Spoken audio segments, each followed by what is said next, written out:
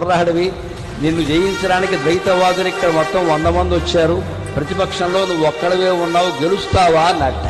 వెంటనే ఈయన సమాధానం చెప్పాడండి సంస్కృతంలో. వాళ్ళు అంతమంది వచ్చారండి, 100 మంది. నేను లెక్క పెట్టలేదులండి, మీరు లెక్క పెట్టారు. నన్ను ఒక్కడిని ఓడించడానికి 100 మంది వచ్చారు అంటే వాళ్ళు ఎంత బలహీనులో నాకు అర్థమవుతోంది. నేను జయించినట్టే మొదలుపెట్టండి. 100 మంది ఎదిరిస్తే మన ఆత్మవిశ్వాసం ఇలా ఉంటుంది, పారిపోకూడదు. 100 మంది నన్ను ఓడించడానికి వచ్చారు అంటే వాళ్ళు ఎంత బలహీనులో అర్థమవుతోంది. లేదా ఒక్కడిని వాదనలో జయించడానికి ఒక్కరు రావాలి కానీ 100 మంది ఎందుకంటే పని లేక, వాళ్ళ మీద వాళ్ళకే నమ్మకం లేక ఓ మంద కింద వచ్చారనమాట. నేను ఏకయోగిని, వాళ్ళు అనేక యోగులు, అనేక వాదులు కానివ్వండి, ద్వైతవాదులు, ఏం పర్వాలేదు. అందరినీ నేను ఒక్కడినే ఎదిరించాల్సిన పరిస్థితి వచ్చింది అంటే అమ్మవారు నాకు అవకాశం ఇచ్చిందండి, అనుమానం ఏం లేదు. అందుకే ఇది చాలండి. అతో చేష్యామి సర్వాన్ని, అందరినీ నేను జయించి తీరుతాను, నాకు ఆ నమ్మకం ఉంది. ఆరభేచ చింతాం వాదం మొదలు పెట్టండి అన్నాడు. అది శంకరాచార్య.